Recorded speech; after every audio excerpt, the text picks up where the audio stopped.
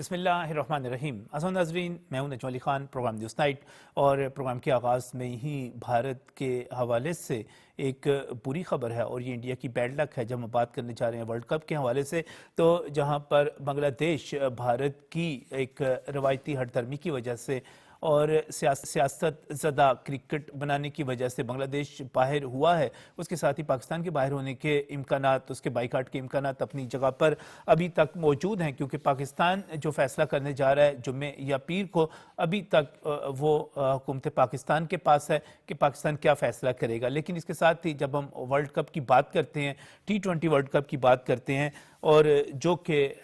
بھارت میں اس کے بہت زیادہ میچز ڈیزائن کیے گئے وہ ہونے ہیں، وہ اس کا میزبان ہوگا، لیکن ایک بری خبر ہے مغربی بنگال کے حوالے سے، اور مغربی بنگال کے دارالحکومت کلکتہ کے حوالے سے، جس کا جو اسٹیڈیم ہے، انٹرنیشنل اسٹیڈیم ہے، وہاں پر ایڈن گارڈنز، اس کی بات کر رہا ہوں۔ ایڈن جو اسٹیڈیم ہے اس کے اندر کوئی 66,000 لوگوں کے بیٹھنے کی جگہ ہے، اس سے بھی زیادہ، لیکن وہاں پر ایک بہت ہی بڑا مسئلہ پیدا ہو گیا ہے، اور مسئلہ یہ ہے کہ کلکتہ میں، مغربی بنگال میں، اس سے بہت ہی قریب جو ہے اس کے نواح میں ایک بہت ہی خوفناک قسم کے وائرس کا انکشاف ہوا ہے، اور یہ جو وائرس ہے اس کی بات میں نہیں کہہ رہا، بلکہ واشنگٹن پوسٹ اور رائٹرز سمیت اس وقت انٹرنیشنل میڈیا کی جو رپورٹس ہیں آپ کے سامنے ہم ٹی وی سکرین پر پیش کر رہے ہیں۔ نیپا وائرس جو ہے وہ وہاں پر پھیلنے لگا ہے، وہ 5 اس کے مصدقہ یعنی کہ کنفرم پیشنٹس سامنے آ چکے، اور اس کے ساتھ ہی جو 100 پیشنٹس ہیں ان کو کوارنٹائن کیا گیا، قرنطینہ کیا گیا۔ اس کے ساتھ ہی جو ہے دنیا بھر میں ایک خطرے کی گھنٹی، اور ان تمام ممالک میں جو کہ T20 ورلڈ کپ میں بھارت میں میچ کھیلنے کے لیے آ سکتے ہیں، ان کے لیے ایک خطرے کی گھنٹی بج گئی ہے، کیونکہ جب آپ مغربی بنگال کی بات کرتے ہیں، کولکتہ کی بات کرتے ہیں، آپ اس اسٹیڈیم کی بات کرتے ہیں، وہاں پر اجتماع کی بات کرتے ہیں، تو آپ اس نیپا وائرس، جس کے حوالے سے یہ کہا جا رہا ہے کہ یہ چمگادڑوں سے، یا آپ کہیں کہ خراب کھانے سے، اور انسانوں سے رابطے سے، ان تمام چیزوں سے یہ پھیلتا ہے، اور جو بہت ہی خوفناک بات ہے وہ یہ ہے کہ اس کی باقاعدہ طور پر ابھی کوئی ویکسین سامنے نہیں آئی، اور اس میں جو ڈیتھ ریٹ ہے وہ 45% سے لے کر 75% تک بیان کیا جا رہا ہے۔ یعنی ایک خطرہ جو کہ کووڈ کی طرح، آپ کہہ سکتے ہیں کووڈ کی طرح تیزی سے شاید نہ پھیلتا ہو، لیکن یہ مہلک کتنا ہے، جان لیوا کتنا ہے، اس کا اندازہ آپ اسی سے لگا لیجئے کہ ڈیتھ ریٹ اس کا 75% تک ہے۔ اب جو اس وقت صورتحال بنی ہے وہ یہ ہے کہ بھارتی حکومت جو ہے اس پر خوفزدہ ہو گئی ہے۔ انہوں نے باقاعدہ طور پر احکامات جاری کیے ہیں، اور جو انڈیا کا national centre for disease control ہے اس نے کیسز کو چھپانا شروع کر دیا ہے۔ انٹرنیشنل میڈیا پر رپورٹنگ کے بعد یہ کہا جا رہا ہے کہ نہیں، 5 نہیں، صرف 2 کیسز ہیں، ان میں سے ایک جو ہے اس کی حالت تشویشناک ہے۔ اس قسم کی رپورٹ سے اس کو تھوڑا سا دبانے کی کوشش کی جا رہی ہے، لیکن دوسری طرف انٹرنیشنل میڈیا یہ بھی بتاتا ہے کہ جو تھائی لینڈ ہے، نیپال ہے یا انڈونیشیا ہے، انہوں نے باقاعدہ طور پر انڈیا سے آنے والی فلائٹس کی اسکریننگ شروع کر دی ہے، یعنی کہ خطرہ محسوس کیا جا رہا ہے، اور وہاں پر فلائٹس کی اسکریننگ کی جا رہی ہے کہ اس کے پیشنٹس تو وہاں سے نہیں آ رہے۔ اب جو صورتحال ہے وہ یہ ہے کہ اگر یہ وائرس وہاں پر پھیلتا ہے تو 7 فروری سے لے کر 8 مارچ کے درمیان، 7 فروری سے شروع ہونے والے T20 ورلڈ کپ کے حوالے سے بہت سارے خدشات اور تحفظات سامنے آ گئے۔ کیا مختلف ممالک اپنے کھلاڑیوں کو کولکتہ بھیج سکتے ہیں جہاں پر یہ وائرس جو ہے پھیل رہا ہے اور انتہائی خطرناک ہے؟ یہ سوال اپنی جگہ پر موجود ہے، اور یہ سوال بھی اٹھایا جانے لگ پڑا ہے کہ ICC کو اس کا وینیو چینج کرنا پڑے گا ورلڈ کپ کا، اور ممکنہ طور پہ اگر آپ صرف کولکتہ کی بات نہ کریں تو میچز کو بھارت سے بھی باہر شفٹ کرنا پڑے گا۔ ایک متبادل وینیو اس کے ساتھ جو سری لنکا ہے وہ تو موجود ہے، لیکن آپ بھارت بھیجنے کا رسک جو ہے وہ بہت لینا جو ہے مختلف ممالک کے لیے خطرناک ہوتا چلا جائے گا۔ یہ نیپا وائرس ہے کیا، اس پر بھی بات کرتے ہیں، اس کا پھیلاؤ کس طرح ہوتا ہے، یہ خطرناک کیوں ہے اتنا، اور ابھی تک اس کی ویکسین بھی سامنے نہیں آ سکی۔ تو اس میں جو ہے بھارت